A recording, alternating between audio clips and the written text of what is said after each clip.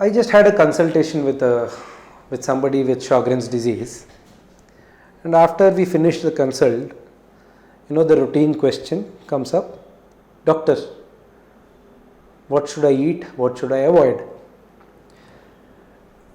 This is not a question that this individual patient has asked me uniquely. It's probably the most common question everybody leaves your clinic with. So what I always emphasize is that anything, including Sjogren's disease, besides the medicines that you take, lifestyle change is also as important as the medication. So let us stick to what lifestyle changes we would need to do for a Sjogren's disease. So we already understood that Sjogren's disease has a lot of dryness in the mouth, dental caries, dryness in the eyes. So this would be my first priority in terms of lifestyle change. So I want to protect your teeth. How do I protect your teeth? I will request you to brush twice a day if you are already not doing it. Be really careful with your oral hygiene. Meet your dentist once in 6 months at least and see if there is something going wrong. If there are any burning sensation in your tongue, then you will have to visit your rheumatologist immediately, because it could be an infective process, a candidiasis, which if untreated can cause a lot of problems. I would also request you all not to take sugary, sweet things, not good for your teeth. It will cause a lot of caries, and if you have to, then make it as little as possible. Coming to the eye care, for your eyes, definitely take all the medicines, take the drops, apply the drops as suggested, but more importantly, try to avoid dry atmosphere, especially rooms with AC. Avoid such things where you have direct wind coming onto your eyes, especially when you're traveling in a car or a bus or a bike. So if you have to do this, then what can we do? So you can wear a glass. You can wear just a plain glass or a stylish looking cooling glasses, which will serve both the purposes. It will also make you look good and also can prevent excess drying of the eyes. Also, another thing that you have to take care is regular hydration. You can keep sipping frequent sips of water.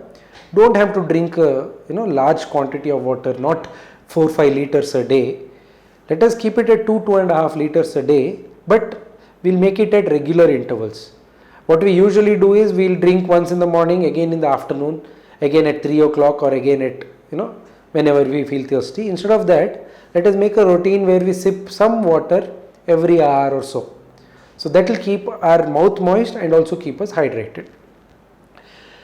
And the next important issue is energy management.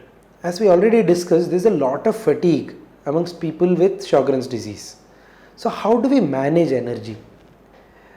Energy can be managed by a combination of 3 things. Let us say 4 things. The 4 things that we have to manage to conserve energy is good diet. A diet has to have adequate amounts of carbohydrate. Otherwise, you will feel tired in the second half of the day. Good exercise. Exercise, ironically, though exercise uses up energy, it will also give you that rush which will make you energetic throughout the day. Third is sleep. Make sure you follow a fixed sleep pattern. Go to bed at the same time, wake up at the same time. Make sure you cut off all your digital devices at least 2 hours before going to bed. Do not go to bed with a thought in your head or with a problem in your head, because that will never let you sleep. Try to sleep in a quiet, comfortable environment. All these things which will ensure you get about 6 to 8 hours of sleep a day and in the night. That is a very good thing to conserve your energy. And last but most important is try to avoid stress. let us not say avoid stress, let us say manage stress, because having stress actually drains you out and makes your fatigue worse. So what can you do to manage stress? You can do a lot of things. Exercise will take care of stress, good sleep will take care of stress. Also you can try breathing exercises whenever you have some time. You can try yoga, pranayama, you can try meditating, you can go to a temple, you can go to any of the prayer places, pray for some time if that can give you some peace of mind. So managing stress is also as important as the other 3 factors that I have told.